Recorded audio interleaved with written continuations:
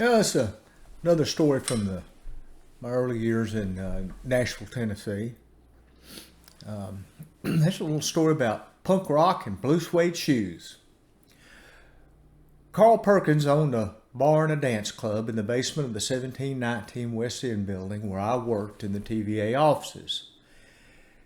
You do not hear much about Perkins these days, but he was a major influence on the country, jazz, and rock music scenes from the 50s through the 1980s.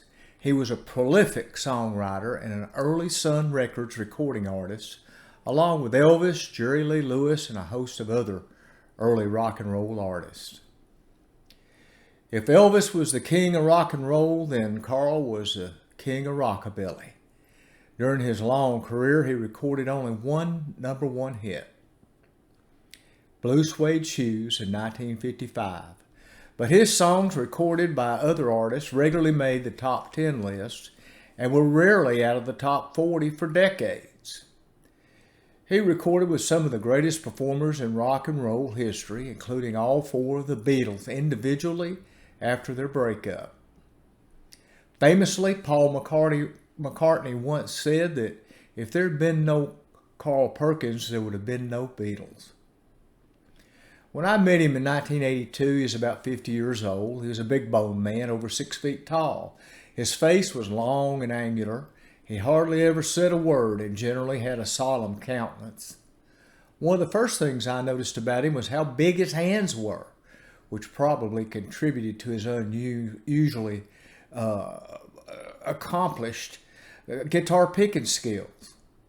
He usually arrived about 30 minutes before the bar opened for happy hour at 5. He had been a heavy drinker in his early days, but had quit completely several years before I met him. As he came in the door, the bartender always had a whiskey glass of Coke waiting for him on the bar before he could even cross the room. He always sat on the same stool in the center of the bar. I got off at 4:30 p.m., and since I was regular, they allowed me in early. When I arrived, usually about 4:45. I'd take a seat at the bar, leaving an open stool between myself and Carl. We only talked a few times, but he would occasionally acknowledge me with a slight nod, and that was about it. Most days he wore ostrich skin boots, Wranglers, a western belt with a huge, large silver Grand Ole Opry buckle, white shirt with pearl buttons, and a long tan fringed rawhide coat. On his head sat a very large Stetson beaver hat, the rim extending low over his eyes.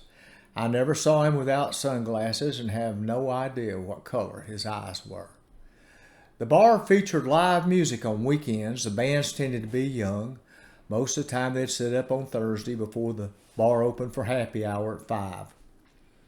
One Thursday, I arrived a bit early, around 4:30, and Carl was already at the bar nursing his Coke.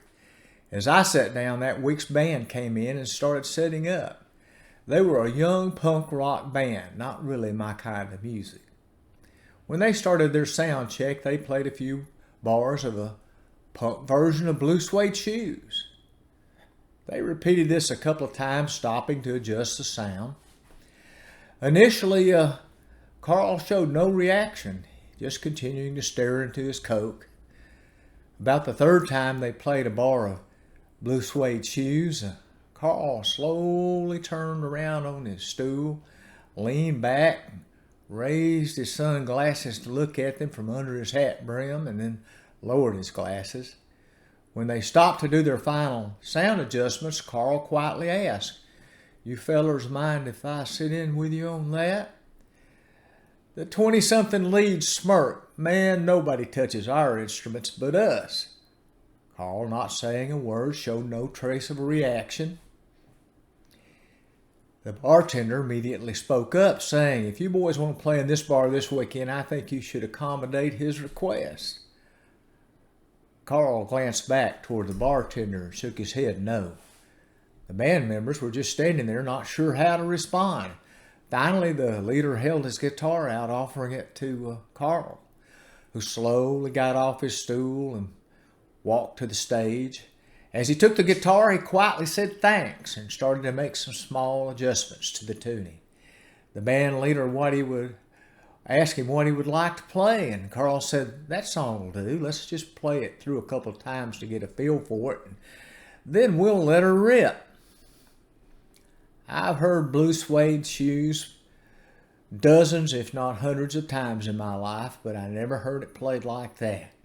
It took my breath away. Carl was the son of a poor sharecropper in West Tennessee. His first real guitar was a worn-out acoustic. They were so poor he could not afford new strings. When one broke, he had to tie them back together. The knots cut his fingers when he slid to new notes, so he experimented with bending the strings to get the sound he wanted. With his big, strong hands and lightweight guitar strings on a modern electric guitar, he created sounds never heard before. It was an amazing performance. They finished the song and he handed the guitar back to the young band leader saying thanks again. He walked to the bar, downed the last of his coat, and exited the door without saying another word. The band was just standing there, mouths hanging open. Finally, the leader said, "Who was that and how the hell did he learn to play like that?" The bartender's straight face answered, "That was Carl Perkins and he wrote it."